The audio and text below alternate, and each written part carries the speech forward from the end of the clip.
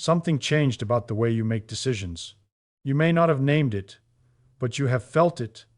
A purchase you agreed to faster than you would have 10 years ago. A phone call where you said yes before you finished thinking. A signature on something you later could not fully explain to yourself. You blamed it on distraction, on being tired, on the other person being persuasive. What changed is none of those. What changed is the timing inside your brain, a measurable shift in the speed relationship between two circuits that has been widening for 30 years, and that the people who make a living getting you to say yes have been exploiting for longer than the neuroscience has been able to explain it. The prefrontal cortex, the region that evaluates an offer, compares it against alternatives, and decides whether the price is fair, processes information more slowly with each decade after 30. Salthouse documented in Psychological Review that processing speed declines approximately 1 to 2% per year across adulthood by 60. The prefrontal cortex operates at 50 to 70% of its peak processing speed. The emotional circuits, the ones that respond to a smile, a gift, a threat, a deadline, do not slow down. They fire at the speed they always have. The gap between the emotional response and the rational override has been widening since you were 30. And every persuasion technique ever designed works by exploiting that gap, getting the emotional circuit to produce a yes before the rational circuit finishes evaluating whether it should. Architecture is not accidental. The emotional circuits, amygdala, nucleus accumbens, anterior insula, communicate through heavily myelinated pathways that evolved under survival pressure where milliseconds determined life or death. The prefrontal cortex communicates through pathways that myelinate later in development and continue refining into the mid-20s, the last brain region to reach full processing capacity and the first to show age-related decline. The emotional brain is an older system, built for speed, armored in myelin. The rational brain is a newer system, built for accuracy, dependent on processing architecture that degrades with age. The race between them was never fair.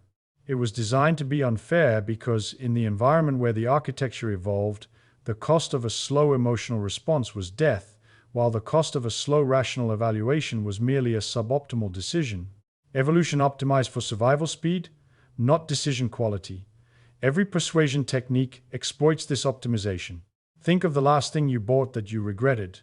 Not a catastrophe, a subscription, an add-on, an upgrade you did not need, something you agreed to in the moment that made no sense an hour later. Hold that memory. By the end of this discussion, you will know exactly which brain circuit made that decision, at which millisecond it was activated, and at what point your rational brain lost a race it was never designed to win. To see how every circuit fires in sequence, follow one interaction from the first second to the final signature. The scenario is a car dealership, but the neuroscience applies to the phone call from the charity, the contractor explaining repairs you cannot verify, the website with a countdown timer, and every other moment where someone needs your yes. Salesperson approaches. They smile wide, warm, sustained. Before you consciously evaluate the smile, your premotor cortex generates a motor resonance response. Rizzolatti and Craigero documented in the Annual Review of Neuroscience that observing another person's facial expression produces measurable motor cortex activation. Your own facial muscles receive a subthreshold signal to replicate the expression you are observing. Contraction is subtle, often invisible. But the proprioceptive feedback from your own facial muscles, however slight, is registered by the brainstem as a positive emotional event. This is a motor circuit that generates an emotional shift before the prefrontal cortex has evaluated the stranger's intentions. The evolutionary logic, in small social groups where survival depended on rapid alliance assessment, mirroring a friendly face signaled safety.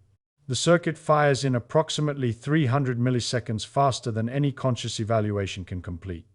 The salesperson has not spoken. Your emotional baseline has already shifted from neutral toward positive through a pathway that operates below voluntary control. Physics of the timing matters. 300 milliseconds for the motor resonance to shift your emotional state. The prefrontal cortex requires 2 to 4 seconds to complete one evaluative cycle at age 60. By the time your rational brain finishes assessing whether this stranger's warmth is genuine or strategic, your emotional system has been operating on the assumption of friendliness for over a second. The rational assessment arrives into an emotional environment that has already been set, like a judge entering a courtroom where the jury has already decided. A cup of coffee, a bottle of water, the salesperson's undivided attention and time. You have received something before being asked for anything. Neural response is debt. Brain imaging during reciprocal social exchanges shows activation of the anterior insula and ventral striatum regions that track social obligation and reward evaluation.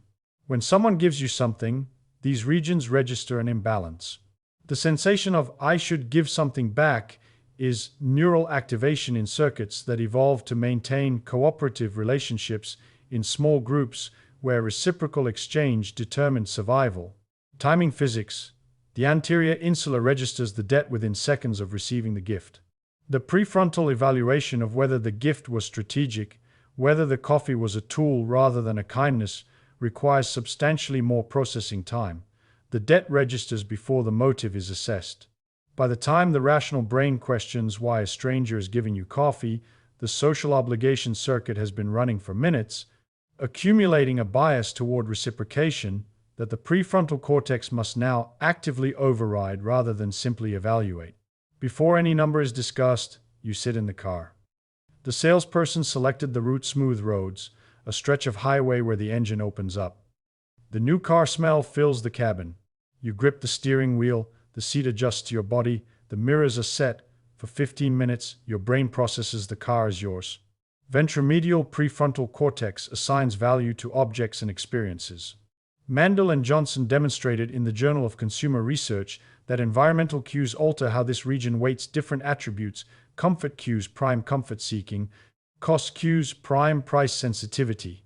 The test drive is a 15-minute environmental prime that activates ownership-related processing before the negotiation begins. Endowment effect, documented by Kahneman and colleagues in the Journal of Economic Perspectives, is the tendency to value things more highly once they feel like yours. You have touched the wheel, adjusted the seat, seen the road from the driver's position. The ventromedial prefrontal cortex has assigned ownership value to an object you do not yet own. The negotiation that follows is not about whether to buy, it is about how much to pay for something the brain already considers its property. Anchoring amplifies the ownership prime. The first number mentioned in a negotiation, the sticker price, the manufacturer's suggested retail activates the anchoring heuristic in the dorsolateral prefrontal cortex. Even when you know the anchor is arbitrary, even when you have researched the fair market value, the anchor biases subsequent numerical estimates toward itself.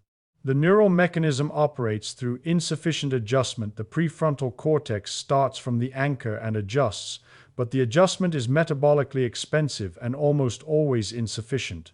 A sticker price of $42,000 produces a final negotiated price closer to $42,000 than an identical car with a sticker price of $38,000. Even when the fair market value is identical, the anchor does not inform the evaluation. It contaminates it.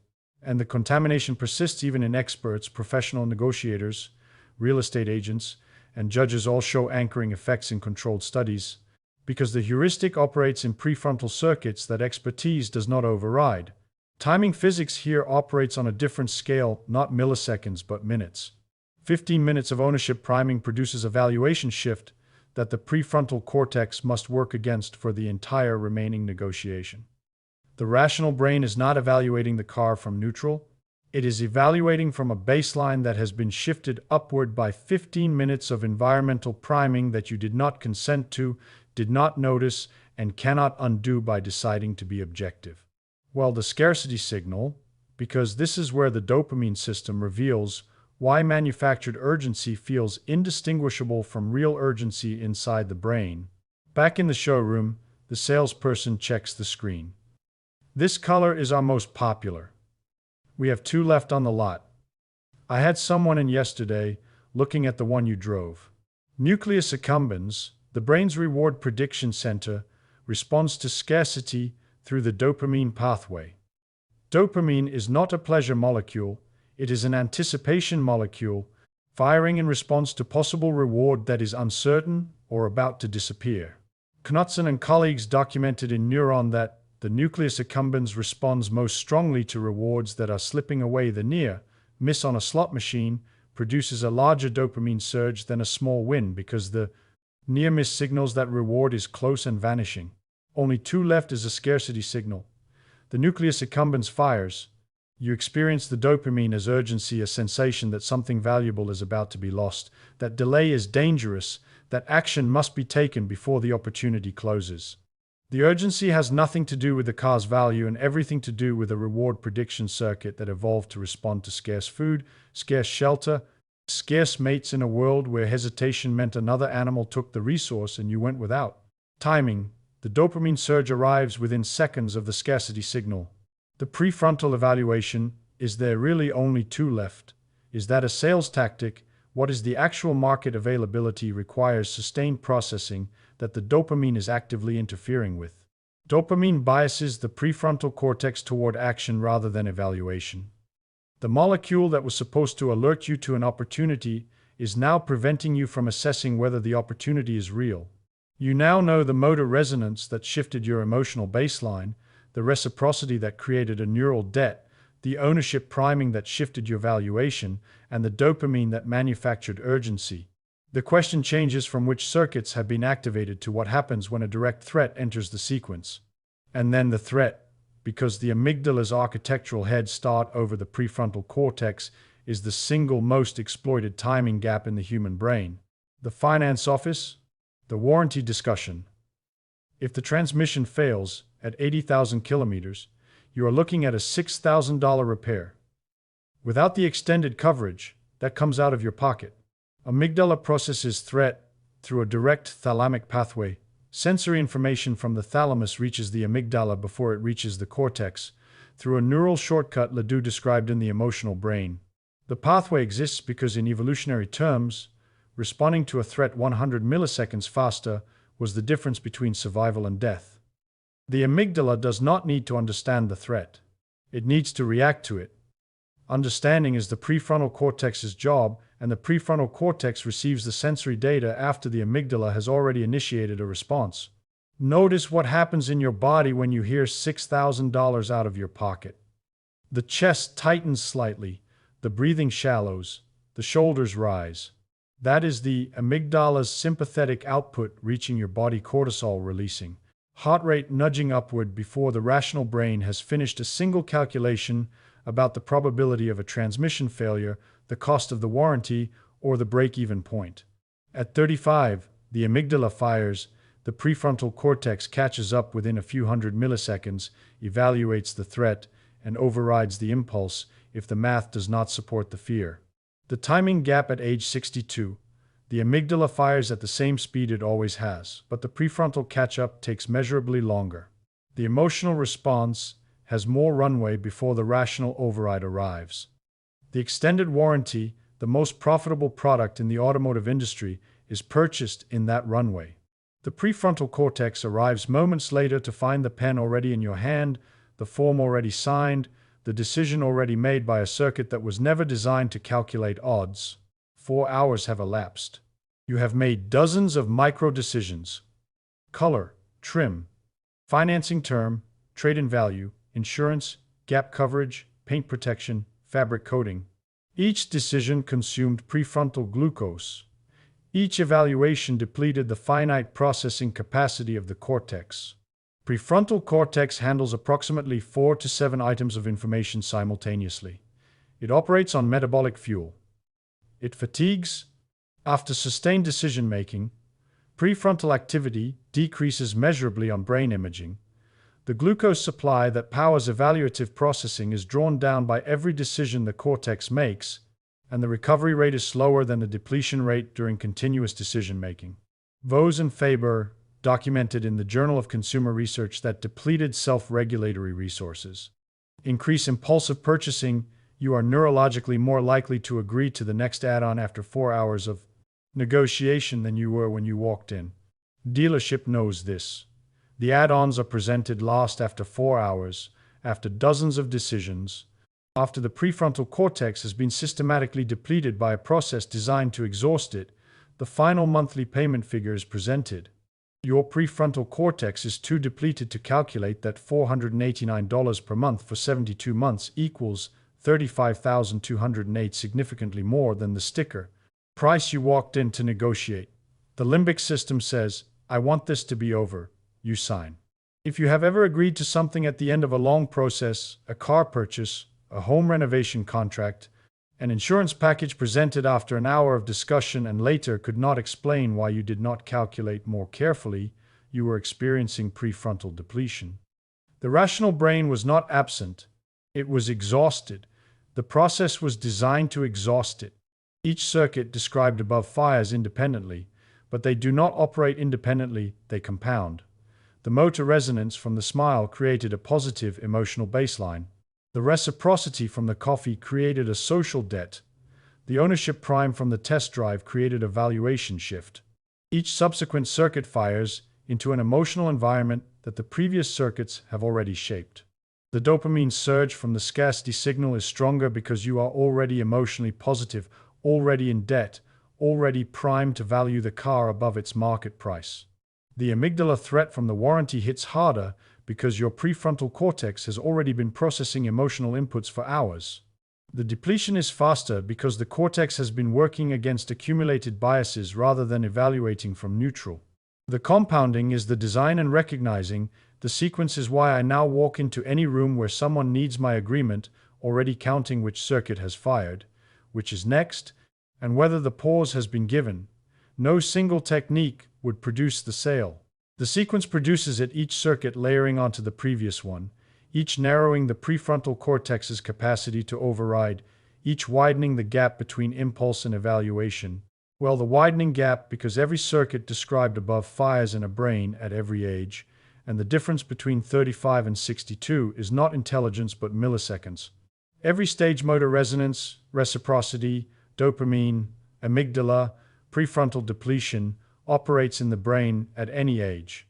A 35-year-old in the same dealership would experience every circuit. The difference is timing. At 35, prefrontal processing speed is near its peak. The rational override catches the scarcity trick in time. The amygdala fires at the warranty threat, but the prefrontal brake engages quickly enough to calculate the break even. The depletion takes longer to set in because the cortex processes faster and more efficiently. At 62, each override takes longer. The dopamine surge from only 2 left has more runway before the prefrontal evaluation completes. The amygdala's architectural head start grows wider as the cortex slows. The depletion sets in earlier because the cortex is working harder to maintain output on a system that has been declining for 30 years. The gap widens with every decade not because the emotional brain speeds up but because the rational brain slows down. The tricks stay at full speed. The brake decays.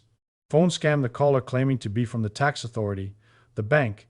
The police operates through the amygdala's thalamic shortcut with maximum efficiency. The voice on the phone delivers a threat. Your account has been compromised. If you do not transfer funds immediately, your savings will be frozen. The amygdala fires.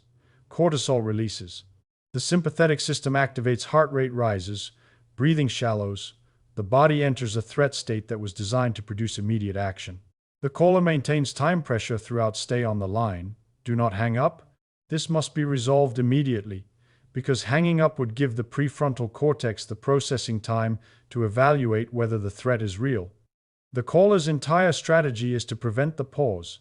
Every second the victim stays on the line is a second the amygdala's head start is maintained and the prefrontal cortex is denied the evaluative cycle it needs. Hanging up is the 3-second pause. The act of ending the call provides the temporal gap the prefrontal cortex requires to assess whether a tax authority would ever call and demand an immediate wire transfer.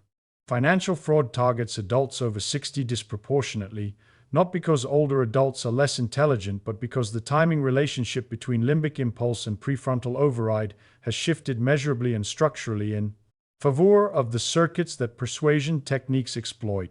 If you have noticed that decisions come faster, that regret arrives more often, that something changed about the way choices feel, you are describing the neurological reality of a prefrontal cortex that can no longer keep pace with the limbic system it is supposed to supervise. Online environment compresses every dealership technique into seconds. The countdown timer offer expires in 4 minutes and 37 seconds is the scarcity signal firing dopamine through the nucleus accumbens. The testimonial carousel is social proof activating the conformity circuits in the medial prefrontal cortex, If others said yes, the decision feels safer, and the safety assessment arrives through the emotional system faster than the prefrontal evaluation of whether the testimonials are genuine. The only three left in stock notification is the identical scarcity signal in digital form. The free trial that requires a credit card is Reciprocity. You received something, and the anterior insula registered the debt.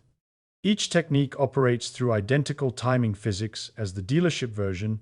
Compressed into a screen, the prefrontal cortex must evaluate, while the limbic system has already processed 5 emotional inputs in the first 3 seconds of page load. That timing gap, 300 milliseconds for the smile to shift your baseline, seconds for the debt to register, minutes for the ownership prime to set, milliseconds for the amygdala to fire before the cortex can calculate, hours for the depletion to exhaust. The only circuit that could have caught any of it is why I pause before every yes now, and why the pause is not a personality trait but a processing time requirement the architecture demands.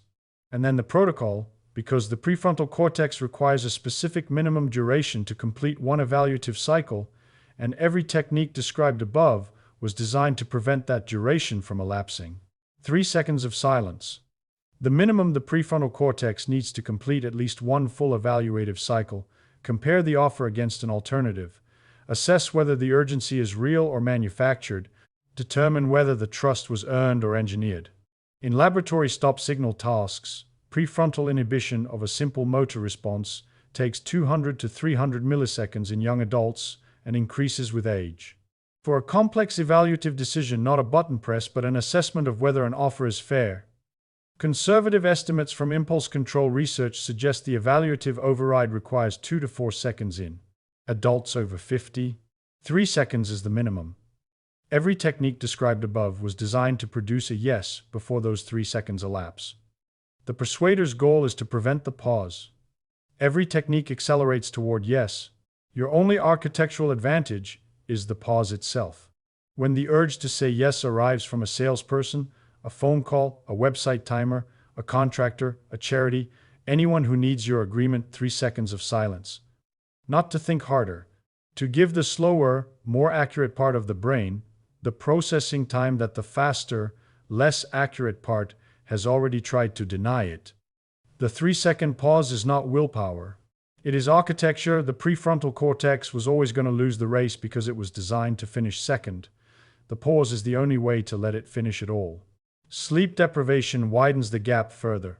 A single night of restricted sleep reduces prefrontal processing speed by an additional 10 to 15% while leaving the limbic circuits unaffected. The morning after poor sleep is the morning the gap is widest and the vulnerability greatest. The cortisol awakening response, the morning surge that peaks 30 to 45 minutes after waking, adds a hormonal dimension to the timing gap. Cortisol enhances amygdala reactivity while simultaneously impairing prefrontal function. The first hour after waking is when the gap is at its daily maximum.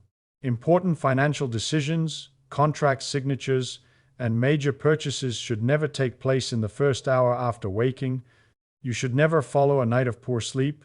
The prefrontal cortex is operating at its lowest capacity, while the emotional circuits that persuasion exploits are running at full speed. Alcohol widens the gap acutely. Even moderate alcohol consumption preferentially impairs prefrontal function while leaving limbic responsiveness intact. The glass of wine at the business dinner before the contract discussion is a prefrontal cortex running at reduced capacity during the exact interaction where it is most needed. You walked into the dealership in the morning and drove out in the evening with a car at a price you are still not sure was fair, with add-ons you are still not sure you needed, financed over a term you are still not sure made sense. Every stage activated a circuit that fires faster than the one designed to evaluate ownership, priming that shifted your valuation before a number was named, dopamine that manufactured urgency from artificial scarcity, an amygdala that initiated a threat response before the cortex could calculate the odds, and 4 hours of micro-decisions that depleted the only system capable of catching any of it. At 35, the prefrontal brake might have caught the scarcity trick in time. At 62, the brake is 30 years slower and the tricks are the same speed. The gap is what the entire interaction was designed to exploit. The specific application, when a salesperson says this is our last one, Pause 3 seconds and ask yourself whether you would still want it if there were 50 in stock. If the answer is no, the desire was dopamine, not value. When a phone caller creates urgency, this must be resolved today. Hang up. Call the institution directly using a number you find independently. The 3 seconds of separation between the emotional trigger and your response is the processing window the prefrontal cortex requires. When a website countdown timer creates pressure, close the tab. Reopen it tomorrow. If the offer is genuine, it will still be there. If it is not, the countdown was a dopamine trigger engineered to prevent exactly the evaluation you just performed by closing the tab.